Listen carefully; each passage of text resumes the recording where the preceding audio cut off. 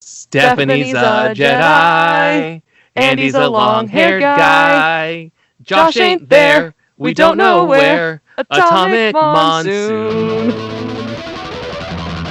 It's time for Atomic Monsoon with your hosts, Jedi Stephanie. Guess who's number one now? Josh. I didn't watch a single season of The Bachelor. Why is my who saying I want to watch The Bachelor? And Psycho Andy. My hands are only wet because I watched it. There's no other reason for that. And now, it's Atomic Monsoon.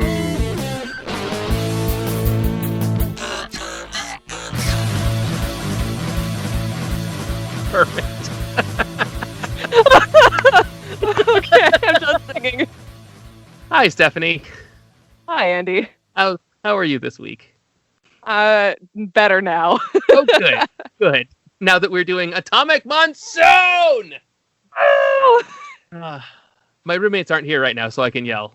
They had to go out for a thing real quick. So, hey, what are you reading? Well, that depends. I have many shelves of books to read.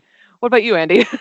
Oh, I'm reading the lyrics inserts to the CDs I picked up from Def M Records way back in the day. Hey. And if you would like to hear our friends at Def M Records, our wonderful musical friends that provide our intro music, you can do that by going to defmrecords.bandcamp.com and support our friends. Yes, please do. But otherwise, I've been rereading some webcomics that I haven't read in a while. So that's been fun. Yeah. No, I with the amount of time between our last episode recording and now, I'm not the reader I used to be, so I probably could have finished half of these books a long time ago at this time. Now I'm like, maybe one.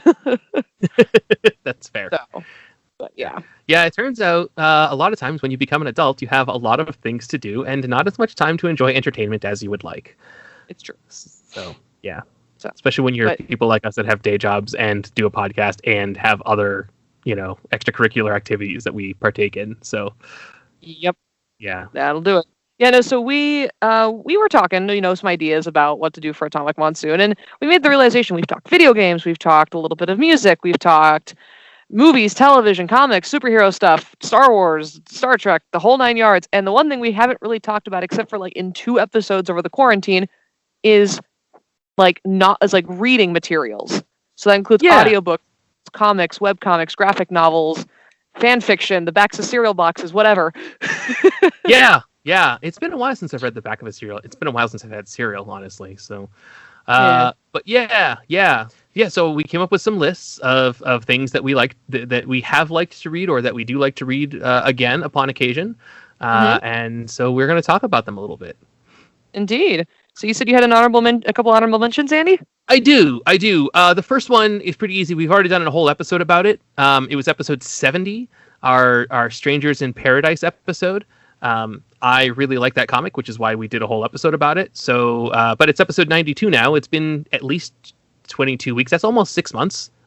Wow. Yeah.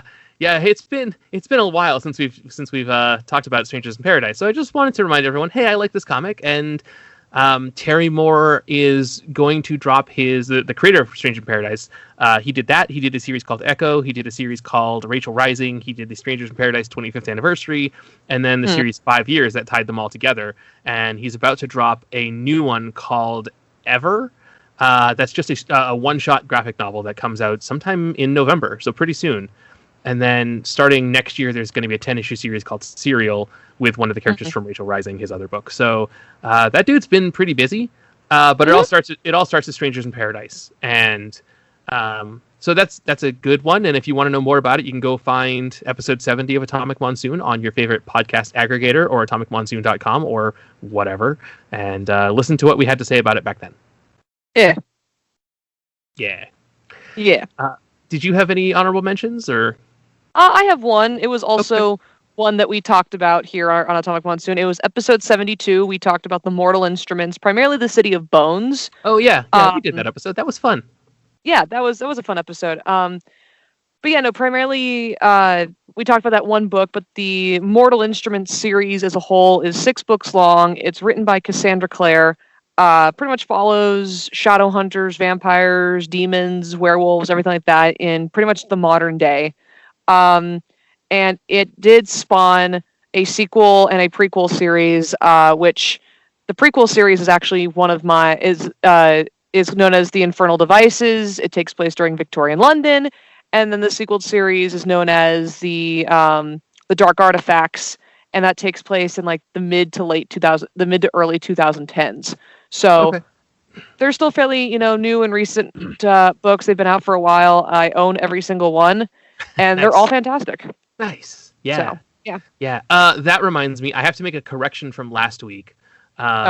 When I was talking about the miniseries / graphic novel Fistful of Blood, which is not intended as an honorable mention, but I guess it becomes an honorable mention now. Okay. I said it was about a girl that runs into a town where she encounters vampires and werewolves. I don't know what I was thinking. It was vampires and zombies. I was picturing zombies in my head, and for some reason I said werewolves, and I caught that when I listened back to the episode this week. So I apologize if I misled anyone that was listening who went out to buy it and was unable to find the werewolves in that story. Aren't there? That was, I just misspoke. I'm terribly sorry about that. Yeah. But hey, also listen to last episode and find out why I liked Fistful of Blood by Kevin Eastman and Simon Bisley and replaced any instance of the word werewolves with zombies. There you go. Yeah. So I have another honorable mention real quick. And absolutely zero people will find this surprising. It is the Transformers More Than Meets the Eye comic from 2011 or 2012. I think the first issue shipped November of 2011, but it's dated January of 2012, so there's like some debate on when it came out. Anyways, that series, it ran 57 issues and then spawned a 25-issue sequel series called Lost Light. I consider it all to be one big thing. It's anyone that watched the original Transformers should be familiar with Hot Rod / Rodimus Prime and Ultra Magnus, and they're pretty much the only characters you recognize. Oh, and Ratchet, who's the Autobot medic. So this takes place after Decepticon War. The Autobots have won, and IDW Comics split Transformers into two series. One was called Robots in Disguise, which for the first 30 issues was fantastic, and then it changed focus, and I didn't like it so much. But Transformers as a political thriller is a fascinating concept, and that's what that book was. And then More Than Meets the Eye followed Hot Rod and Ultra Magnus and a crew of other characters you probably don't remember, because then the writer had just a bunch of blank slates to work with, really. And they all went off to have crazy adventures in space. And I think the beginning of Robots in Disguise is better, but I think overall More Than Meets the Eye is a better series. So really you should read both, because they do cross over at a couple points. But yeah, it's a lot of fun. At one point, Megatron joins the cast as one of the heroes. And say what? Yeah. And it's pretty fascinating. I mean, I think the entire 13-year IDW first Transformers run is pretty great, but particularly the last few years, they really kind of figured out what they were doing, and they did something Transformers has never done before, which is weird in a 35-year-old franchise. But it's a lot of fun, and I highly recommend it. And it's super easy to find digitally. The single issues are out of print. The trade paperback graphic novels are slightly. I mean, I think the first run of them's out of print, and now they're just doing the big IDW collection, so they're the big, thick, $50 books. But that means you also get a lot of them in one. So anyways, it's an honorable mention. I shouldn't talk this much about it. Fair enough. Hey, Andy likes Transformers, you guys. Surprise. Big shock. Yeah. So. Yeah. I have one more honorable mention. Okay. It is a book that I've owned for a very long time now. But it's pretty much called the. And I really had to choose which one I was going to do for this, because I own a lot of Star Wars novels. It's actually, I'm not joking. There's a lot that I own. Hey, but I really had to Star Wars, you guys. Surprise. Big surprise, right? But I really had to choose this one for an honorable mention. So the book is called The Life and Legend of Obi-Wan Kenobi. And And it pretty much shows from like his youngling Padawanhood, pretty much until he's a Force ghost, all these different key events in Star Wars and in his life from his perspective and point of view. And it's a really kind of unique little book to kind of get you a better idea into the look of the mind of Obi-Wan Kenobi. Cool. Yeah. That's fun. With that being said, though, there's an audiobook that I want to throw as a real quick honorable mention that I've been kind of obsessed with, but it's called called Star Wars: The Clone Wars: Stories of Light and Dark. It includes about 15 or so audio books written by approved writers, but read to you by characters from the show. And they provide that character's point of view and perspective on certain episodes and arcs from the series. Nice. What was that called again? Star Wars: The Clone Wars: Stories of Light and Dark. Okay. Yeah. That sounds fun. And it's only in audiobook form, but it's kind of worth it though, because you get all these characters reading to you. So yeah, that's interesting. I hadn't considered audiobook exclusive before. Huh. Yeah. That's cool. Yeah. So Andy, what is one of your choices for literature? Okay. Well, so I'm going to talk about an actual book. I'm going to talk about a webcomic, and I'm going to talk about a series. So I will let you pick which one I do first. Eeny, meeny, miny, moe. Let's do the actual book, Andy. Okay. All right, Stephanie, let's go with the actual book. So I'm going to throw back to a Atomic Monsoon All-Star guest, Tom Leveen, who's been on the show twice now. His Kickstarter funded the last time we had him on, and those should be shipping out. I just got a thing to fill out the address for Kickstarter today, so that should be coming out soon. But I'm going to talk about a book that's not Zero, which is the one we talked about last time. I want to talk about his book, Sick. Sick. Sick by Tom Leveen, Leveen. And it's a zombie story. It takes place at not Chaparral High School in not Phoenix, Arizona. I mean, it takes place in Phoenix. It happens at not Chaparral, I believe. I think the school is not mentioned by name, but it's pretty much that school. Got it. Yeah, and it's a normal, regular day, and then suddenly one of the kids is a zombie. And, as these things tend to go, the zombie bites another kid who becomes a zombie, and they bite two friends, and they bite two friends, and they bite two friends. And so it's a tale of kids trying to survive this zombie outbreak at their high school. It's super fun. Tom's a very good writer. I don't know if you could tell from when he was on, but he's a pretty articulate guy, and that comes through in his writing. He includes a pretty fun joke about the word masticate and what it sounds like. And it's I want to say it's like 120 pages or so. Like, it's not a super dense read. It's a young adults genre horror book, right? So it's a pretty easy read. I got it from him, started reading it, and then I had to stop because I needed to go hang out with him and his wife for a while. And then when I got home, I finished the book. So nice. yeah. It's pretty good. It's one of my favorite novels that I've read. I've checked it out a couple of times. My roommate actually read it while I was hanging out with Tom and his wife while I was gone, because I left it on the coffee table, and she was like, "Oh yeah, that was a lot of fun." So yeah. So nice. Sick by Tom Leveen. Yeah. Awesome. That sounds like a cool book. I'll need to check it out. Yeah. So, all right. Well, I have a singular novel, I have a series, and then I also have a webcomic. Which one should I do, Andy? Oh, well, let's go with the singular novel, since I did a singular novel. Excellent. All right. So, the singular novel, this is, okay, I have to put this on there now. This is hands down my favorite novel of all time.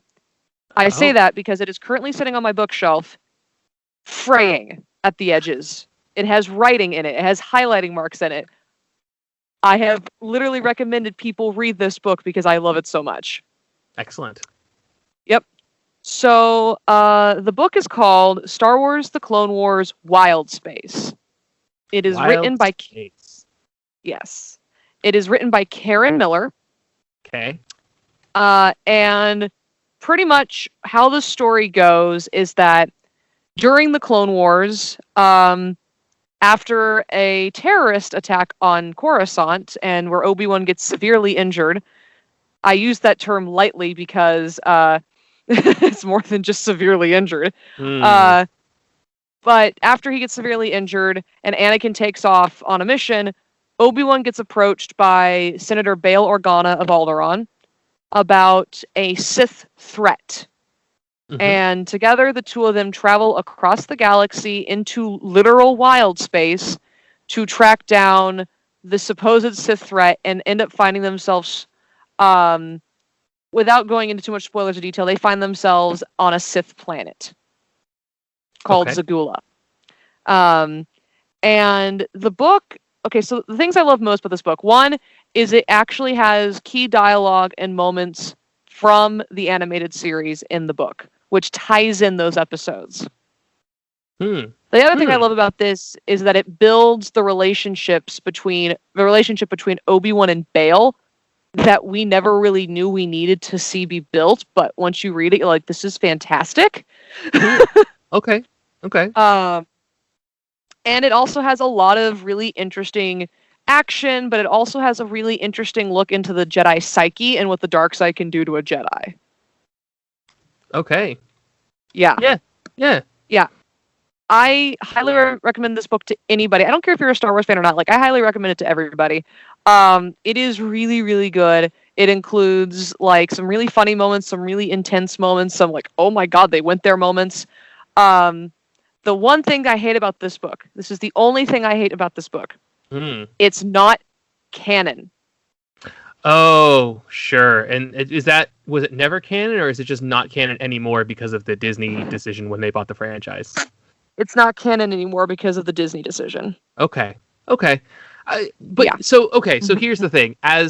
Speaking as someone who, and I don't say this to belittle you, but to make myself sound old. Speaking as someone who has been reading comics longer than you've been alive, sometimes the most fun stories are the ones that are not canon. Yeah.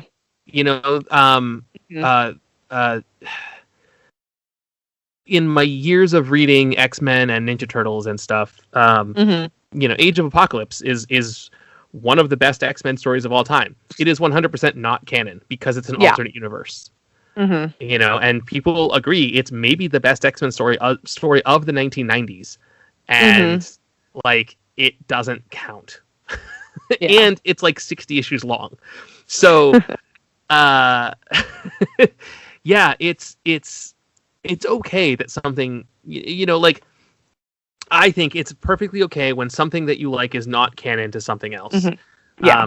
There is debate over whether or not the Deadpool movies are canon in the Fox X-Men movies, right? It's debatable over whether or not Marvel is going to count them as canon in the Marvel universe now that, Disney has bought Fox and has the rights to the X-Men back, right? Like, they're going to keep making Deadpool movies. They may or may not be canon, and honestly, it doesn't matter because they're super fun. So, like, while it's a bummer that Star Wars The Clone Wars Wild Space by Karen Miller is not canonical necessarily, who cares? It's still a fun book. No, and I definitely agree to that. I definitely agree to everything that you just said. I think it's just me that it's like there's actual bits of episode in the book, but it's just whatever. But I honestly, in the end, I really do love this book. It is so good, and like I don't know how much more I can say about it without getting into spoiler territory. Sure. But yeah, no, it's, again, highly recommended read. You don't have to be a Star Wars fan to enjoy it. If you just want to get like an interesting look into the Jedi psyche, there you go. And also if you want an idea of when this takes place during the Clone Wars, it takes place during the episode in season 1, Downfall of a Droid. It takes place before, during, and after the episode. To the point where it gives us the idea that this entire episode takes place in roughly a 2 to 3 week timeline. Okay. Yeah. So it's an interesting, like, that, like, you count the days that happen in the book, and then you match it with the episode, and you go, oh. Got it. Yeah. Yeah. But yes, Wild Space, love it. Favorite book of all time. Cool. What's your next one, Okay. Andy? Well, so I'm going to do the webcomic next. Okay. So this comic is called Elf Only In, and you can find it right now at www.elfonlyin.net. And that's ELFONLYINN. It's one word. It's how it sounds, right? So Elf Only In started in, I want to say, you know what? I could just look it up. I have it. I can just pull it up right here. Started in the early 2000s. I want to say like 2002 or 2003. And what it is a comic series about people in a role-playing chat room, but none of them actually role-play ever. Love it. So the very first comic, we're introduced to Lord Elf, who has started this chat room so that he can have role-playing adventures in a fantasy setting with other people on the internet. And as we go through, you know, the one of the first people we're introduced to is Goku 666, and it's just Goku from Dragon Ball, but he types in all caps and terribly and with too many exclamation points. We meet Duke Commando, who is, you know, not Duke Nukem at all, you guys. He wears a bandana instead of sunglasses. It didn't look like Duke Nukem at all. I don't know what you're talking about. We are introduced to Nimoy, who, you know, wears a robe and has pointy ears like an elf, but also, you know, tells you to live long and prosper. Interesting. Yeah, and it's totally just a dude who plays Spock in a elf fantasy chat room. And then there is Lady Sunset, Autumn Honey, Purity Sunflower Rainbow, who is just a scantily clad busty girl looking for attention, but also she's a vampire, but only half. And yeah, and there's, you know, as we go on, there's you know, Lord Wootsai did it again, is pretty great. He is the Eternal Sweeper, which is a eyeball on a stalk of tentacles, kind of a Cthulhu-like monster.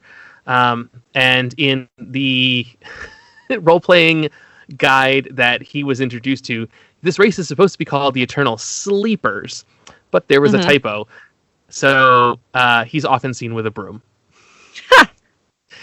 And then Lady Megan Arwen is another big character in this, and she is introduced as the least likable vegan character you could ever imagine. Like, she just comes in and tells you how terrible you are for eating meat and everything. But as the series goes on, she becomes my favorite. So, and there, you know, occasionally the characters go into other online chat rooms, and like the Star Wars chat room where there's like 7 Darth Vaders, and they're all trying to tell Luke that they're his father. There's a bunch of goth kids that all hang out and talk about how terrible and empty their lives are.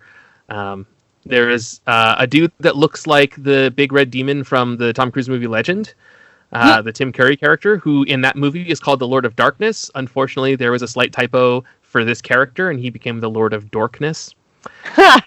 And the best part about this comic is that it starts as literally just a copy and paste comic, and it's still hilarious. So the idea is, because in old internet chat rooms, you just had your picture, like your one profile picture of you, and that's what everyone had to go by on what you looked like. And so when this comic started, when Josh Sortelli was the writer and artist for it, when he started it, he wanted to replicate that. So there's one image for everybody.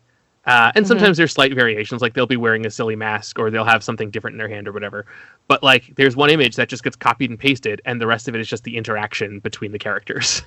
That's amazing. Which is pretty fun. Yeah, and then eventually, you know, he started doing so much custom artwork from comic to comic that he just started drawing the whole thing. And then the comic ended. And then it came back as an MMORPG. For a couple of years. So instead of all of them sitting around in a chat room, they were all basically playing World of Warcraft together. And that whole thing is about them trying to hack the game to put Woot's Eternal Sleeper character in the game, because the eyeball on a stalk of tentacles didn't exist. So yeah, it's super fun. It's pretty hilarious. elfonlyin.net is where you can find it. I'm a big fan of it, and I just reread the entire thing like 2 weeks ago. I read it in like 2 afternoons because it ran 5 or 6 years, whatever. But where there were some breaks in there and everything, and now that it's all done, like it's easy to go back and check it out. Anyways, yeah. Okay.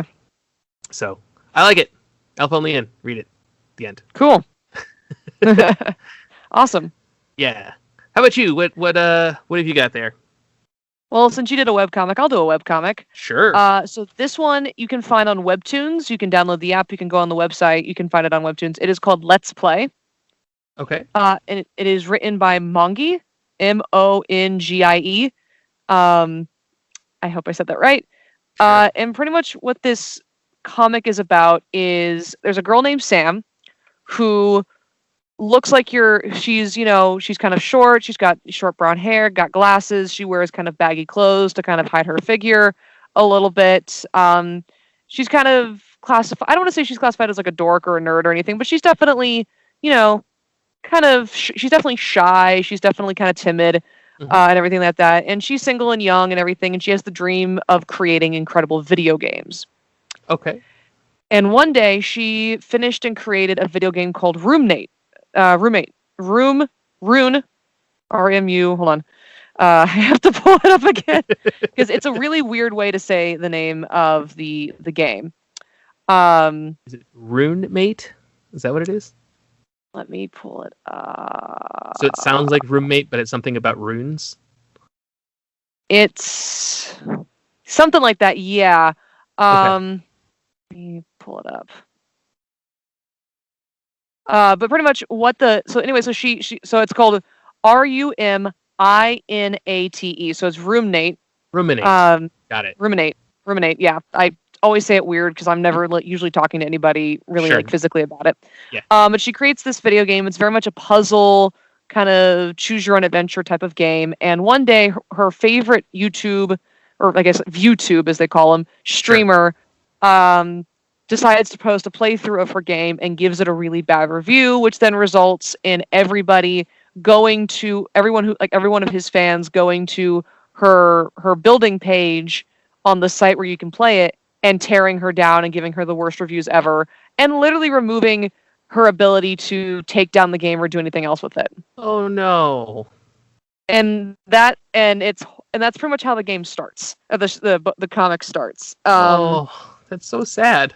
I know, it really is. And oddly enough, as she's leaving to go take her dog Bowser, who is the cutest dog in the world, there's actually a line in the description of the comic that says, "Come for the plot, stay for the doggo." Nice. But she's taking Bowser out for a walk, and then she discovers there's someone moving in next door to her, and it's the VTuber who just gave her the bad reviews. Oh no. Yeah. The way the creator has described this guy is like a mix between Markiplier, Jacksepticeye, and I think one other YouTuber that I don't know off the top of my head. Okay. He kind of looks like Markiplier a little bit. Okay. But he's definitely a little bit of a different, like he has like a little bit of each of their personalities Sure. woven in there. Yeah. And pretty much the whole comic is following her as she slowly kind of comes out of her shell, as she becomes friends with Marshall, who's the name of her neighbor, who's the YouTuber. How she slowly starts trying to date people, starting with her friend Link, who is a buff, long blonde hair, baby blue eye, EMT. Okay. Yeah, I have to describe him that way because it's like, oh, okay. She tries asking him out, and he kind of shoots her down, and it's horrible because he's such a sweetheart. He's like a big teddy bear, and he's like, I'm sorry. Oh. And then, of course, there's also her boss, Charles, and his, and all the shenanigans with him and everything. And it's a really wholesome, down-to-earth comic that has a lot of really funny, meme moments, but it also has a lot of really serious, kind of heartfelt moments.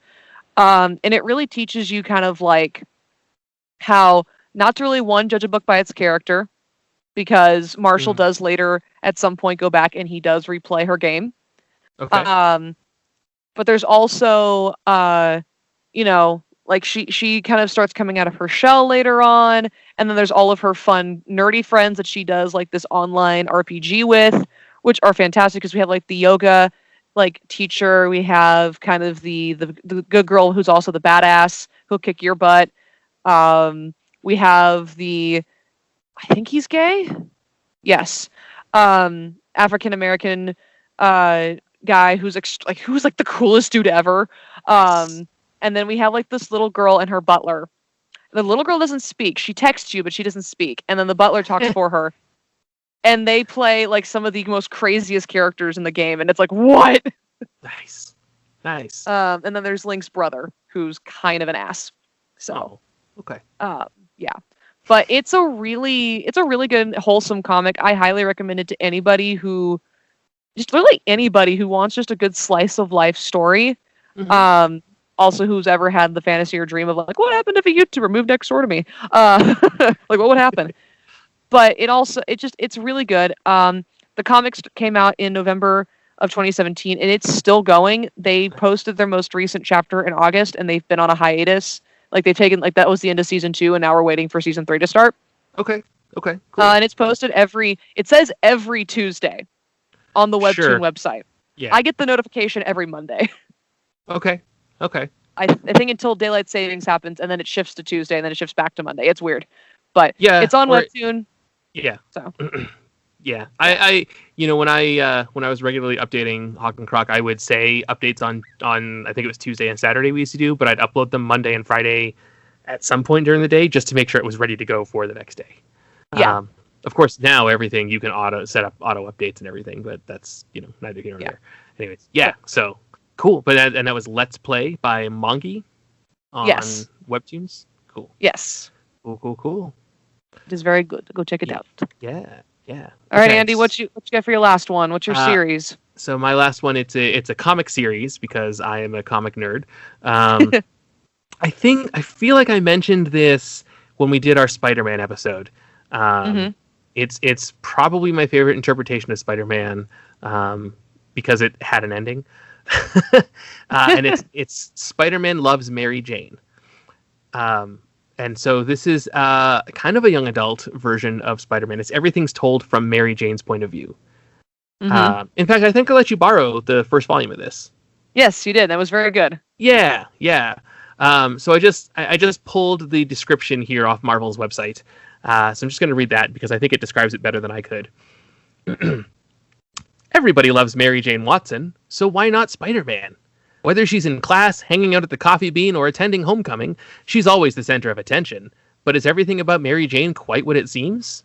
Join MJ, her best friend Liz Allen, Liz's boyfriend Flash Thompson, and their good pal Harry Osborn, not to mention a certain bookworm by the name of Peter Parker, as they experience the thrilling highs and devastating lows of high school existence. But is MJ's crush on the web-slinger pure fantasy? Could romance lie elsewhere? The path of true love never did run smoothly. It's a timeless story from a completely fresh perspective. Nice. And that's a little more back of the booky than I would have described it myself, obviously. But it's got beautiful artwork by Takeshi Miyazawa. It was written by most of it was written by Sean McKeever.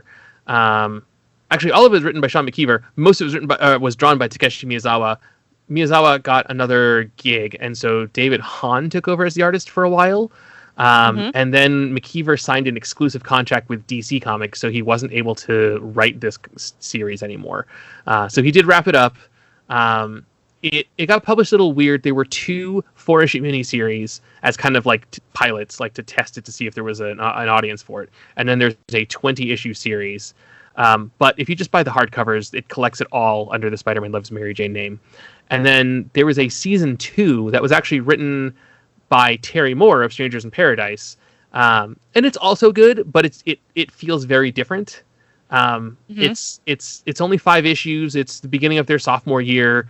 It's fine, but it's just so completely different from what the first part of it was that it's like a bonus feature rather than I think essential plot. But yeah, it's it was one of those things where the first four issues were out. I was at the comic shop and I was like, yeah, I'll check this out. And I bought the first 4 issues. And then later that night, I accidentally sprained my ankle. So the whole rest of the weekend, I was stuck in bed with a sprained ankle. So I was like, well, I guess I'll read these. And I kind of fell in love with it. So yeah, Spider-Man Loves Mary Jane. I recommend it. Awesome. And, yeah. The end. The end. Well, I want to say more, but like I don't know. It's great. That description kind of fits it pretty well. Yeah. I'm pretty sure I've talked about it before. You said you liked it. Like I don't know what else I can say that isn't just gonna be me gushing over it. So I'm done. Sounds about right. Yeah. So what you said you have a series, and what is that? So the series I have, so it is Percy Jackson and the Olympians, written by Rick Roderin. Okay. So this is definitely a young adult, more kind of older kid set of novels, but it is about a kid named Percy who has dyslexia and ADHD and things like that. And one day, while he's at his new school that's supposed to help him with learning and everything, they go on this field trip to this museum. And while he and his buddy Grover, who is a kid with polio, I believe. Okay. So he has the 2 walking arm sticks, crutches. I'm blanking. Yeah, the two crutches. Crutches. Yeah. And while they're at the museum, the teacher who Percy believes completely despises him suddenly turns into a harpy and demands to know where the lightning bolt is. Oh goodness. Yeah. It's discovered when Percy then returns to it with his mom and everything that his actual birth father is actually a god, like a Greek god. And so she, with the help of Grover, gets Percy across the country, or not across the country, but pretty much to what is known as Camp Half-Blood, a hidden away camp, hidden from all types of evil magical creatures of the underworld who wish to harm demigods. And it's like this protected little barrier, placed somewhere in New York. And she tries to get Percy there, but ends up being taken by the Minotaur. And pretty much the whole series is following. So after like the first book, after Percy, gets the lightning bolt back and everything, like it's following his journeys at Camp Half-Blood and with his friends. It's discovered that he is the son of Poseidon. So he's one of the son of the big 3. So it's Poseidon, Zeus, Hades. Yeah. And so the first book is The Lightning Thief. Then it goes to Sea of Monsters, which is like the Odyssey if it was in the Bermuda Triangle. Okay. Yeah. Then we have The Titan's Curse, which, if I recall correctly, pretty much involves the Hunters of Artemis and these 2 other kids who are the children of Hades, who have been stuck in this hotel in Las Vegas that is similar to the Lotus Flower Eater Island. We have the Battle of the Labyrinth, which actually takes them into the labyrinth. And then we have The Last Olympian, which is kind of the big final fight against Kronos. And this isn't the only books following Camp Half-Blood and Percy and Annabeth and Grover, which turns out, so while Percy's the demigod son of Poseidon, Grover is actually a satyr. Okay. So that's kind of why he had the crutches to begin with, is because he was, he didn't want his strange deformity with his legs to be, kind of like a weird question mark to like normal people.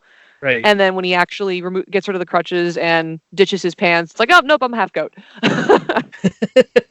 Yeah. And then there's Annabeth, who is the daughter of Athena. So, Okay. Yeah. And it's the books are really, really good. Like they do a really good job of introducing Greek mythology to children and to younger audiences, and more so than I think Hercules ever did. Like it really does a bit of a deep dive. It throws the Odyssey in there. It throws a lot of Greek myth and legends that you probably have never heard of in there. And And the sequel series to it, which is the Heroes of Olympus series, follows these other kids from Camp Jupiter, which is on like the other side of the United States, and that's the Roman demigod camp. Oh, sure, yeah. And so that Heroes Olympus goes into the differences between the Roman gods and the Greek gods, and it's like he does a really good job telling all this. Rick Roden also has, ones on the Egyptian gods. He just came out with some on the Norse gods. So, like, he has a lot of really great ones. I love the Percy Jackson ones though, because I love Greek mythology like no other. It is some of my favorite bits of history and literature and things like that. And the series is really good. I do highly recommend it to everybody. I know that there are 2 movies that were kind of meh, but Logan Lerman and all of the other actors that were involved did a really good job. Making, with these characters, making them, instead of like, 12, 13-year-olds, like 17, 18-year-olds, like 15, 16-year-olds. So, yeah. And the movies are really good in my opinion. I thoroughly enjoyed them. Plus, when I saw the trailer for The Lightning Thief coming out, I was like, okay, I have to read all these books before I go see it. And I managed to finish this entire series in a week. Wow. Yeah, that's a record for me. The books are not that big though, but it was still like, whoa. Still, yeah. That's very impressive. Yeah. Oh, man. So there you go. Percy Jackson and the Olympians. Yeah. Well, so here's the thing, Steph. Yeah? We still have like 10 minutes left. Dang it. So we read too fast. Yeah. So here's the thing. I prepared a backup. What? Because I had a feeling this might happen. So I am going to talk about the original Teenage Mutant Ninja Turtles comics for a little bit. Okay. Everyone knows the Turtles from the Saturday morning cartoons and from the movies and maybe even from some of the newer comics. Here's the thing. The original comics that Turtles came from, nothing like any of those. They are dark. They are black and white. They are done by 2 guys who didn't know what the hell they were doing and were probably just passing drugs back and forth while they drew silly things. I have nothing to verify that. Just it seems like something that might be plausible. And if they were not, then I apologize. Yeah. So the first Ninja Turtles issue came out in May of 1984. It's 40 pages. It's completely black and white, as I said. It was written and drawn both by Kevin Eastman and Peter Laird. Like, they both wrote some of it and both drew some of it. And it's not like one of them penciled and one inked. It's like one of them would pencil some things and the other would pencil other things. And one would ink some things, the other would ink some things. And it's a thing, like, it's a method of drawing a comic and making comics that, like, literally nobody else ever does. So there's that. It's pretty unique. It's a revenge story. It's the Turtles start basically in Daredevil's origin. Right, because so Daredevil's origin is that he's crossing the street and someone's about to get hit by a truck, so he pushes the guy out of the way, and as this truck swerves, like, a bunch of chemicals spill out of the truck and hit and fall over Matt Murdock, and he goes blind, but it enhances his other senses, and he eventually becomes Daredevil. Yeah. The Ninja Turtles are what happens when you follow the canister that mutated Daredevil. As you follow it down the street, it hits this glass bowl that this kid is holding, and that ooze mutates the Turtles into humanoid form. Huh. Yeah. Yeah, they very intentionally stuck the Turtles' origin into Daredevil's origin just because they could, and it would be funny, and it was one issue that they were going to sell at a convention, and who cares? Because who would know that this is going to become some international phenomenon that people are going to be talking about 36 years later on podcasts, which didn't exist in May of 1984. So the thing about the original Turtle series is that the first, I don't know, like, I think it's the first 12 issues are done by Eastman and Laird. Issue 13 is done by a friend. Issue 14 and 15, 14 is done by Eastman, 15 is done by Laird. 16 and 17 are done by a friend. 19, 20, 21 are done by Eastman and Laird, but drawn by Jim Lawson. And then, like, I don't think Eastman and Laird work on an issue themselves until issue 48. Oh my god. Yeah. Some of them are really good, in there. I think the River series, which runs from 24, 25, 26, I think those are all fantastic. They're by Rick Veitch. And they could be... I mean, there's no reason that those shouldn't be considered canon, except they aren't by Eastman and Laird. And then the rest of it was... Eastman and Laird had this weird, huge phenomenon hit on their hands, and so they didn't have time to make the comic anymore. They had to run the franchise. So while they were designing, helping design toys and helping work on the cartoon and stuff, they just got a bunch of cool, independent, underground comic artists to make issues of Ninja Turtles. And some of them are great, and some of them are not so much. There's a spin-off series called Tales of the Teenage Mutant Ninja Turtles, which ran only 7 issues, but it introduces characters like Leatherhead and the Rat King, who became staples in the franchise. But here's a crazy thing, and I'm just going to spoil it because it's a 36-year-old comic, and who cares? Peter dies in the first issue. Oh, whoa. Yeah. They straight up kill him at the end of the first issue. Like, he's done. The end. Bye. He does come back. And then they explain how he comes back, and it's sci-fi nonsense because, turtles getting slimed with radioactive ooze and turning humanoid and learning ninjutsu's not exactly normal. So, like, I'm willing to be like, yeah, okay, Shredder can come back to life the way that they explained with bugs. That's fine. And then they kill him again, and then he literally never appears in the comic again. Wow. Yeah. Which is crazy because you would think like Shredder would be the big bad that would be there all the time. No, he's in like 5 issues of a 62 issue run.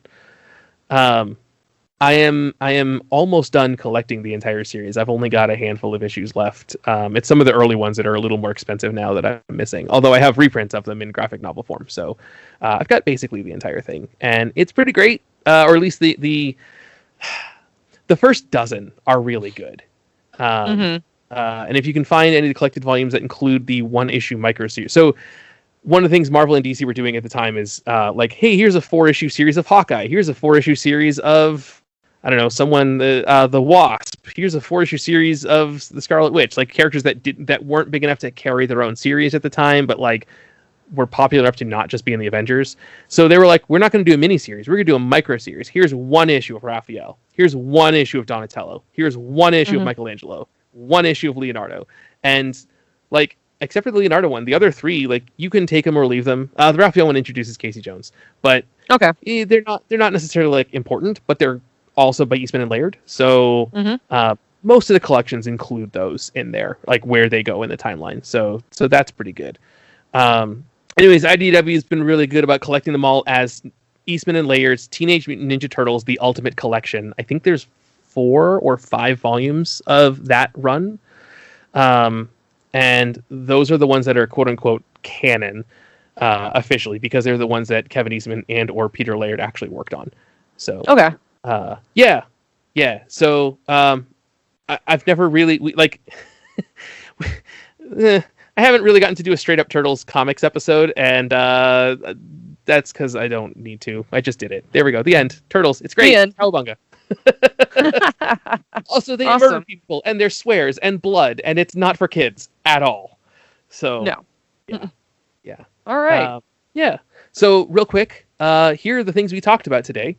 If you want just a straight list: Strangers in Paradise, the Mortal Instruments series, Fistful of Blood, Star Wars: The Life and Legend of Obi-Wan Kenobi, Transformers: More Than Meets the Eye / Lost Light, Star Wars: The Clone Wars Stories of Light and Dark, the audiobook, Sick by Tom Leveen, Star Wars: The Clone Wars Wild Space by Karen Miller, Elf Only In, the webcomic, Let's Play by Mongie, Spider-Man Loves Mary Jane, Percy Jackson and the Olympians series, and Kevin Eastman and Peter Laird's Teenage Mutant Ninja Turtles comics. Yep, there we go. There you go. This is episode 92 of 100. So we've only got a few left. So guys, please send us emails to atomicmonsoon@gmail.com and let us know some of your favorite Atomic Monsoon moments, and we will read them on the air for episode 100. And otherwise, you can find us on our social media platforms. You can find us on Twitter and Facebook under Atomic Monsoon. And you can find us on Instagram with Atomic Monsoon with the underscore between the words. Please support our friends at Def M Records by going to defmrecords.bandcamp.com and check out our Redbubble store and get yourself an Atomic Monsoon logo shirt before the show goes away. Do it. So, Andy, I know that I don't think we've ever really promoted ourselves aside from maybe like psychoandy.com. I think you've promoted it before, and I've promoted Syndicate Saber. But you know what? I think since we were talking about literature and things like that, we should promote our creative writing stuff. And I know you have Hawk and Croc, so... Yeah. So I did do a webcomic from 2003 until 2018. It's not over. It's just on indefinite hiatus, or maybe I'm writing and drawing what might be the final story in that series. I don't know. I wrote something. I'm drawing it. I might decide it sucks. So we'll see how that goes. But if you do want to read stuff I've done, you can go over to hawkandcroc.com. It's all one word, and is spelled out. I think some of the early stuff isn't up there because the artwork was kind of terrible. It was 2003, and I was drawing with a mouse. So we decided to take it down for the time being. Some of it I have redrawn, some of it I have not. But anyways, the good stuff, if you go read the new Hawk and Croc series, that's really where which started in 2011. That's where it really actually starts getting good. So I focus on that. Yeah. Yeah. And if you guys want to read, so I know I've mentioned I write fan fiction on this show, but I'm actually going to promote myself here. What? Low key, a little nervous, but you know what? I'm just going to do it. If you guys want to read anything I've written, remember, this is fan fiction. So it's from my point of view. Right. But you can check me out on it's fanfiction.net. You can look under the author name Sasha Monroe. It's all one word.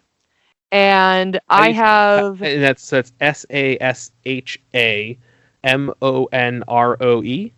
Yes. Okay. I currently have... All of my stories that are up right now are completed. I currently have 14 completed in my Jedi Trials series. I started this in high school, so it's been working for a while. Sure. I have 2 completed fun Star Wars meets Lion King crossovers. I have 1 fairy tale meets Star Wars crossover that's done, and I currently have 1 fairy tale separate story that I've finished.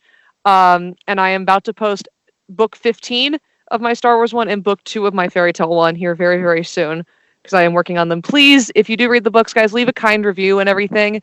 I would love to, say that you heard from me from Atomic Monsoon, because that would just blow my mind. But also be very aware. I started this in high school, and my creative writing was kind of meh. And as you get into my later stories, you'll realize, you have improved. Yeah. So yeah, it is one of the things about being a creator on the internet is your early stuff typically isn't very good, because you need to write a bunch of bad stories before you can start writing some good stories. And that's just true about the creative process. Yeah, and I mean, some of those stories in the beginning are actually not bad, but compared to what I am currently writing at this moment for book 15, sure, it's leagues different. Also, I'm sorry, did you say one of them was Star Wars meets the Lion King? Yeah, it's pretty much what would happen if Star Wars characters were the Lion King, so... Oh, okay.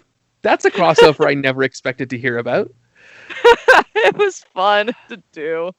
So, head over to atomicmonsoon.com, psychoandy.com, hawkandcroc.com, and fanfiction.net and look up Sasha Monroe, and then you can find all of our everything that we've ever done. And to quote the song, the cover is not the book from Mary Poppins. Open a book tonight in bed. Nevermore. Atomic Monsoon.